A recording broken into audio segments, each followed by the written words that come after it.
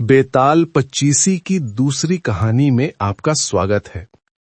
विक्रम कंधे पर बेताल को उठाए जंगल में बढ़ रहा है और बेताल शुरू करता है एक नई रहस्यमय कहानी जिसका अंत होगा एक ऐसे कठिन प्रश्न से जिसका उत्तर दिए बिना विक्रम रह नहीं पाएगा। आइए सुनते हैं कहानी पति कौन। यमुना के किनारे धर्मस्थान नाम का एक नगर था। उस नगर में गणाधिप नाम का राजा राज करता था। उसी में केशव नाम का एक ब्राह्मण भी रहता था। ब्राह्मण यमुना के तट पर जप तप किया करता था। उसकी एक पुत्री थी जिसका नाम मालती था। वो बड़ी रूपवती थी। जब वो ब्याह की योग्य हुई तो उसके माता पिता और भाई को चिंता हुई। संयोग से एक दिन जब ब्राह्मण अपने किसी यजमान की बारात में गया था और भाई पढ़ने गया था, तभी उनके घर में एक ब्राह्मण का लड़का आया। लड़की की माँ ने उसके रूप और गुणों को देखकर उससे कहा कि मैं तुमसे अपनी लड़की का ब्याह करूंगी। होनहार की बात कि उधर ब्राह्मण पिता को भी एक दूसरा लड़का मिल गया और उसने उस लड़के को भी यही वचन दे दिया। उधर ब्राह्मण का लड़का जहां पढ़ने गया था वहां वो एक लड़के से यही वादा कर आया। कुछ समय बाद बाप बेटे घर में इकट्ठे हुए तो देखते क्या है कि वहां एक तीसरा लड़का और मौजूद है। दो उनके साथ आए थे।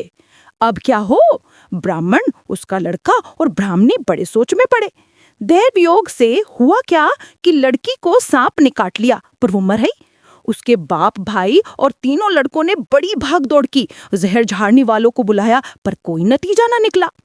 सब अपनी अपनी करके चले गए। दुखी होकर वे उस लड़के को शमशान में ले गए और क्रियाकर्म कराए। तीनों लड़कों में से एक ने तो उसकी हड्डियां चुन ली और फकीर बनकर जंगल में चला गया। दूसरे ने राख की गठरी बांधी और वहीं झोपड़ी डालकर रहने लगा।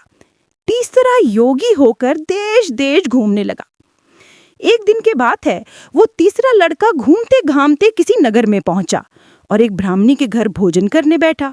जैसे ही उस घर की ब्राह्मणी भोजन परोसने आई कि उसके छोटे लड़के ने उसका आंचल पकड़ लिया। ब्राह्मणी से अपना आंचल छूटता नहीं था। ब्राह्मणी को बड़ा गुस्सा आया। उसने अपने लड़के को झिड़का, मारा, पीटा, फिर भी वो न माना तो ब्राह्मणी ने उसे उठाकर जलते चूल्हे में पटक दिया। लड़का जलकर राख हो गया। ब्राह्मण बिना भोजन किए ही उठ खड़ा हुआ। घर वालों ने बहुतेरा कहा पर वो भोजन करने के लिए राजी ना हुआ। उसने कहा, जिस घर में ऐसी राक्षसी हो उसमें मैं भोजन नहीं कर सकता। इतना सुनकर वो आदमी भीतर गया और संजीवनी विद्या की पोथी लाकर एक मंत्र पढ़ा। जलकर राख हो चुका लड़का फिर से जीवित हो गया। ये देखकर ब्राह्मण सोच में लगा कि अगर ये पोथी मेरे हाथ पड़ जाए तो मैं भी उस लड़के को फिर से जला सकता हूँ।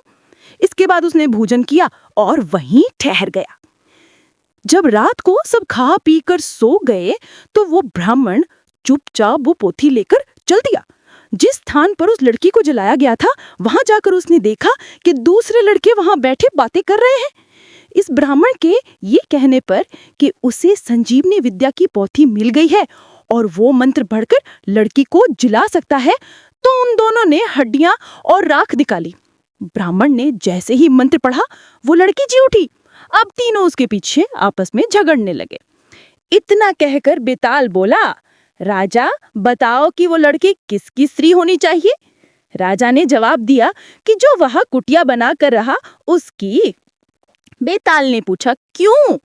राजा बोला, जिसने हड्डियां रखी वो तो उसके बेटे के बराबर हुआ।